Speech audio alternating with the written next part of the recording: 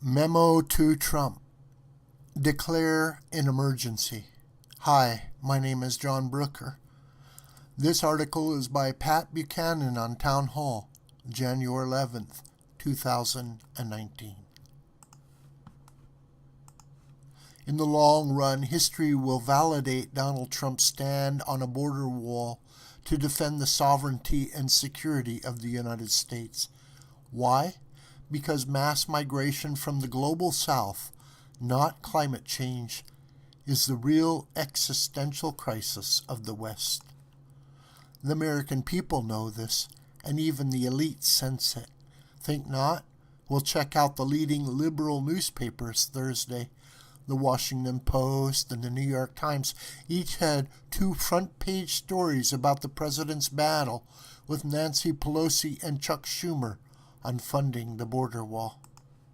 Inside the first section, the Post had more stories, including one describing walls in history, from China's Great Wall to the Berlin Wall, to the Israeli West Bank Wall, to the wall separating Hungary from Serbia.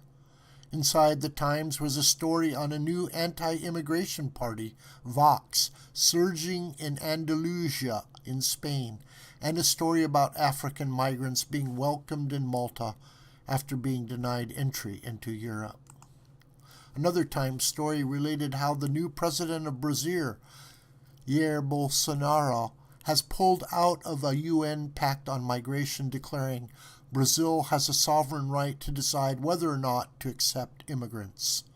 Half the columns on the op-ed pages of the papers dealt with Trump, immigration, and the wall, and there was nothing significant in either on the Democrats' hot new issue, a Green New Deal.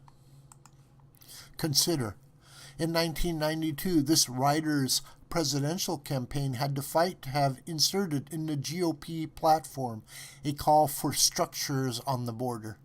Now the whole Western world is worried about its borders as issues of immigration and identity convulse almost every country. Looking ahead, does anyone think Americans in 2030 are going to be more concerned about the border between North Korea and South Korea, or Turkey and Syria, or Kuwait and Iraq, or Russia and Ukraine than about the 2,000-mile border between the U.S. and Mexico? Does anyone think Pelosi's position that a wall is immoral will not be regarded as absurd?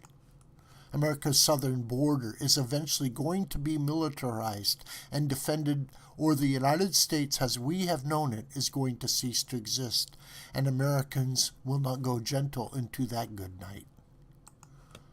Whatever one may think of the Face-Off Tuesday with Chuck and Nancy, Trump's portrait of an unsustainable border crisis is dead on. In the last 2 years, ICE officers have made 266,000 arrests of aliens with criminal records, including those charged or convicted of 100,000 assaults, 30,000 sex crimes, and 4,000 violent killings.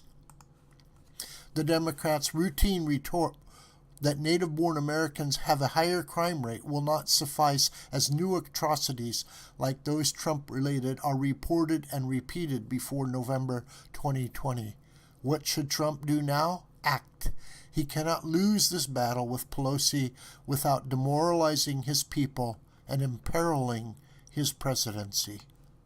Since FDR, we have had presidential government, and when U.S. presidents have been decisive activists, history has rewarded their actions. Lincoln suspended habeas corpus. On taking office, FDR declared a bank holiday. When Britain was barely hanging on in World War II, he swapped 50 destroyers for British bases. He ordered U.S. ships to chase down German submarines and lied about it. Truman fired General MacArthur. Reagan fired the striking air controllers and ordered the military to occupy Grenada to stop Marxist thugs who had taken over in a coup from taking 500 U.S. medical students hostage. Critics raged. Reagan had no right to invade, but the American people rewarded Reagan with a 49-state landslide. Trump should declare a national emergency, shift funds out of the Pentagon, build his wall, open the government, and charge Democrats with finding excuses not to secure our border because they have a demographic and ideological interest in changing the face of the nation. For the larger the share of the U.S. population that requires welfare, the greater the need for more social workers, and the more voters there will be to vote to further grow the liberal welfare state. The more multiracial, multi-ethnic, multicultural, multilingual America becomes, the less it looks like Ronald Reagan's America, the more dependably Democrat it will become. The Democratic Party is hostile to white men because the smaller the share of the U.S. population that white men become, the sooner Democrats inherit the national estate. The only way to greater diversity, the golden calf of the Democratic Party, is to increase the number of women, African Americans, Asians, and Hispanics, and thereby reduce the number of white men. The decisive issues on which Trump was elected were not the old Republican litany of tax cuts, conservative judges, and increased defense spending. They were securing the borders, extricating America from foolish wars, eliminating trade deficits with NAFTA nations, the EU, and China, making allies pay their fair share of the common defense, resurrecting our manufacturing base, and getting along with Russia. America First is still a winning hand. This video is a production of the School of the White Crane. Hi, my name is John Brooker.